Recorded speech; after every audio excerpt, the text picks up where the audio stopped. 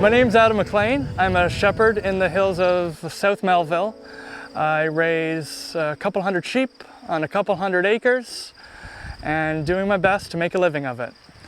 I've come to farming through a very circuitous route. I'm over-educated in the wrong disciplines to be an effective farmer, but I'm adapting to the best of my abilities. And yeah, I've got a Master's of Science from UPEI where I studied cranberry phytochemistry. Realized that wasn't the path I wanted to take, so went on an adventure to South Asia and discovered regenerative agriculture and agroecology along the way, returning to the Maritimes to start a farm. I'm a first-generation farmer. I don't come from farming, but it got into my mind due to food security concerns, due to climate change concerns, due to environmental management realities that I wanted to manage land. And I wanted to do it with farming. So a lot of conventional forms of agriculture didn't interest me. Stewardship was my primary objective. And the best way for me to learn the skills and the realities of what's required to farm is to work on farms. So to act as an apprentice, as an intern, eventually as a paid manager of farm operations, through a diversity of different farms, slowly focusing in on the production system that interested me most, which was managed grazing of ruminants on pasture. My primary goal through this whole enterprise is to make land richer and more abundant than it was previously through managing ruminants, grass digesters on pasture. My goal is more life every year than the year previous through more sheep, more birds, more insects, more soil microorganisms, and to increase the amount of sunlight and rain that is captured and turned into grass and then into lamb. I'm on about 200 acres of open pasture. It is 3 separate properties owned by 3 separate landowners. So I've entered into lease arrangements with these landowners, primarily because I didn't have the equity to buy land. I'm a first-generation farmer. I wasn't going to be going to the bank to borrow $500,000 to start a sheep farm. The bank wasn't interested in that conversation. So I've reached out to these landowners, described what I wanted to do, what my goals were, and how that would also meet their goals as landowners. Basically, that I'm going to improve your resource base. We're going to keep it from growing up on trees. There's not going to be cultivation or erosion, or there will be minimal cultivation, reduced risk of erosion, and we're going to manage things for the benefit of the landscape. 3 properties, 300 acres total, about 100 acres wooded, lots of hedgerows, rolling hills, wet spots. A lot of the land's not suitable for cropping, which is part of the reason why I chose this neighborhood. I looked for land on PEI based on the sloped lands registry, which is where you can't plant row crops, where I'm not competing for row crop rental prices. So I went for the marginal land. I looked for spruce, I looked for goldenrod, I looked for alders, and saw that this is where I can start to farm.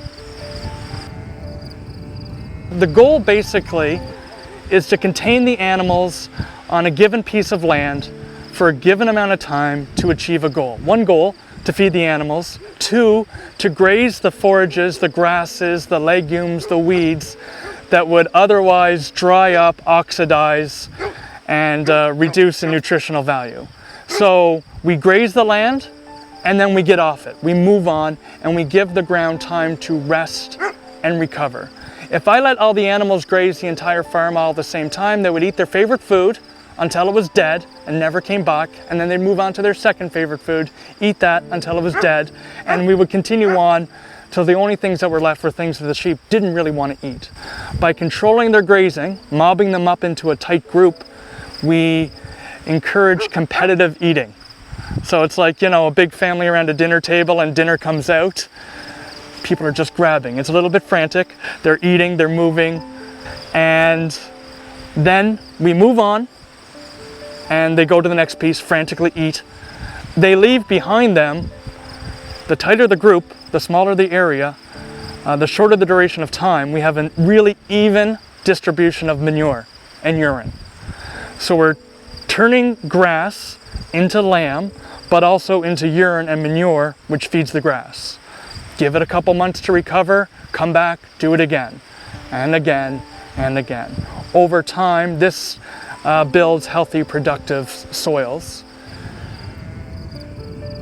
Rotational grazing, adaptive grazing, has been identified as one strategy to mitigate climate change, because what we're doing is encouraging grassland development, and these grasses, these swards of pasture, pump sugar from the roots into the soil.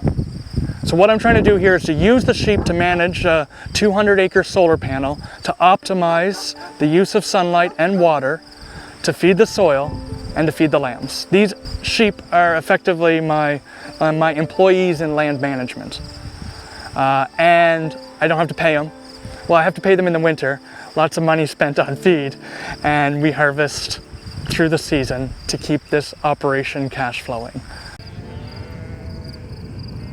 4 years, feels like 40 sometimes in my body, but only 4 years. So I am a greenhorn.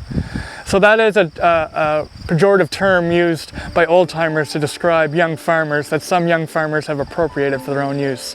So I'm a greenhorn farmer. I'm a grass farmer. My business is growing grass, forage. Grass needs water to grow. This crop of grass and lambs doesn't have the economic return to justify irrigation of any sort, so it's totally fed on rainwater. So no rain or significantly reduced rain means less grass, which means a whole bunch of challenges. I looked at a picture I took last year and it broke my heart. It just kind of shook me a bit, seeing how green everything was.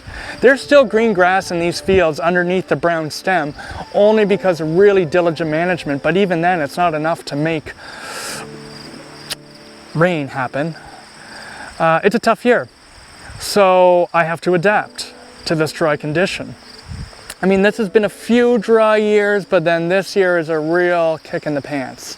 So yeah, it sucks for farming sheep. It really blows. First of all, I am buffered somewhat by my land management technique. So I have been grazing through 200 acres of ground, and I haven't grazed it twice. This is the only field that's been grazed twice so far. So all the rest of the ground is waiting for rain so it can start to grow again. I don't dare graze it because we only just got rain, in the last week again, any real amount. So now I'm going to continue to wait, and hopefully this grass will recover and provide some grazing later in the fall. I'm not grazing it now. Whereas if I just let these animals eat whatever they wanted, there'd be no chance of recovery this year. So my adaptive grazing that I've instituted since the beginning will help me to some extent in these conditions, but it's not enough because this land has not been in my care for long enough to achieve my goals. We still don't have the pastures where I want them. I still don't have the biodiversity of deep-rooted perennial grasses that can ride through these drought conditions. So I'm downsizing. We moved up the weaning date, which weaning is when we separate lambs from ewes, because at a certain point, a lamb is getting more food from the grass than it is from its mama. But its mama is a really aggressive eater, so she pushes her lamb away from all the good food.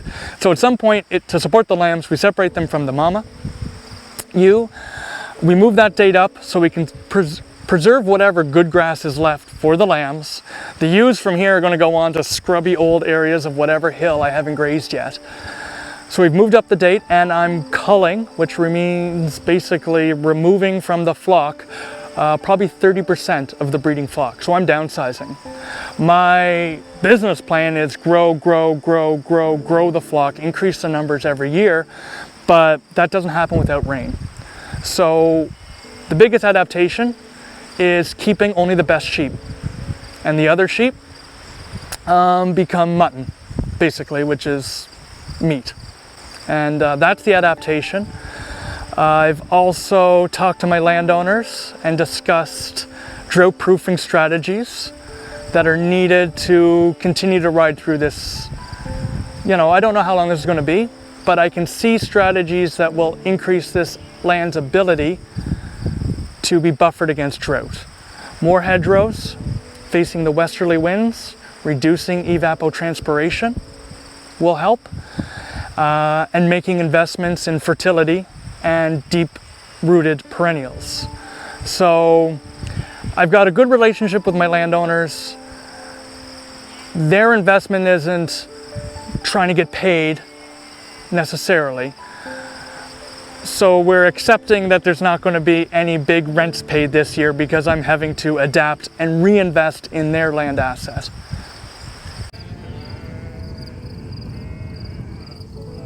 Perennials do it deeper.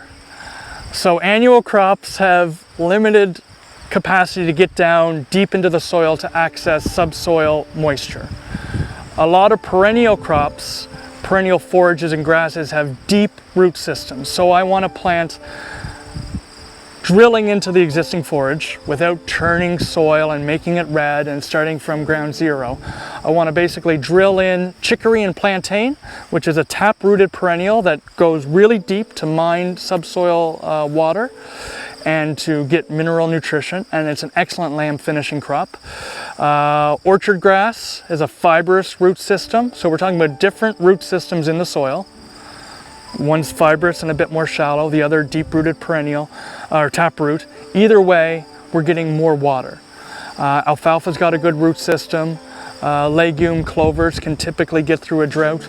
So I'm looking and talking with other grass farmers and saying, what's still growing in these conditions? And that's what I'm basing my future land development goals on, getting those plants that can survive in this dry period and sustain production. Chicory, plantain, orchard grass, and clovers, alfalfa is the bulk of what I'm focused on now, while still maintaining the weedy biodiversity that sheep and animals love. I get huge satisfaction from moving my sheep from field to field. This is on a daily basis or every 2 days. They move to fresh grass and they scatter and they're frantically eating and sampling everything. They're filling the whole space, competitively eating a huge diversity of plants. You can see some going for goldenrod, some going for clovers. They've all got different preferences, and then they kind of settle in and eat what they really want. That's how I want to raise lamb, and it makes some damn good lamb.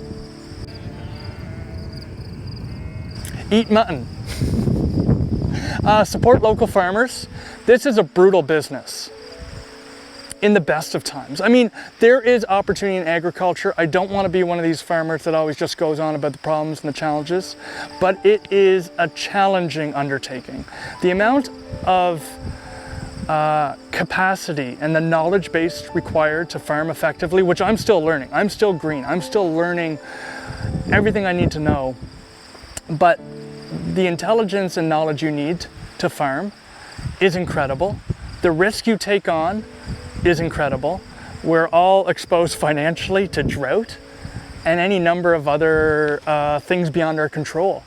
So make an effort to find a farmer, learn a little bit about what's required to produce food, and I think people will be a little bit less cranky when they learn about why the lamb's $8 a pound instead of $7 a pound. Ask yourself, what are you paying for your cable TV subscription? There's a lot of disposable income, and it's starting to change now. Like, people are spending more money on food than they used to. For better or for worse, food is a new religion to some people. The food beliefs are part of their identity, which I think is great. Try lamb, eat lamb, just give it a shot. It's a delicious, delicious meat. Ground lamb, made into shepherd's pie, lamb burgers, rib chops, loin chops. Nice curry is a good way to get introduced to lamb. Heavy spice is a good support, but it's delicious. Try lamb, eat lamb, more lamb.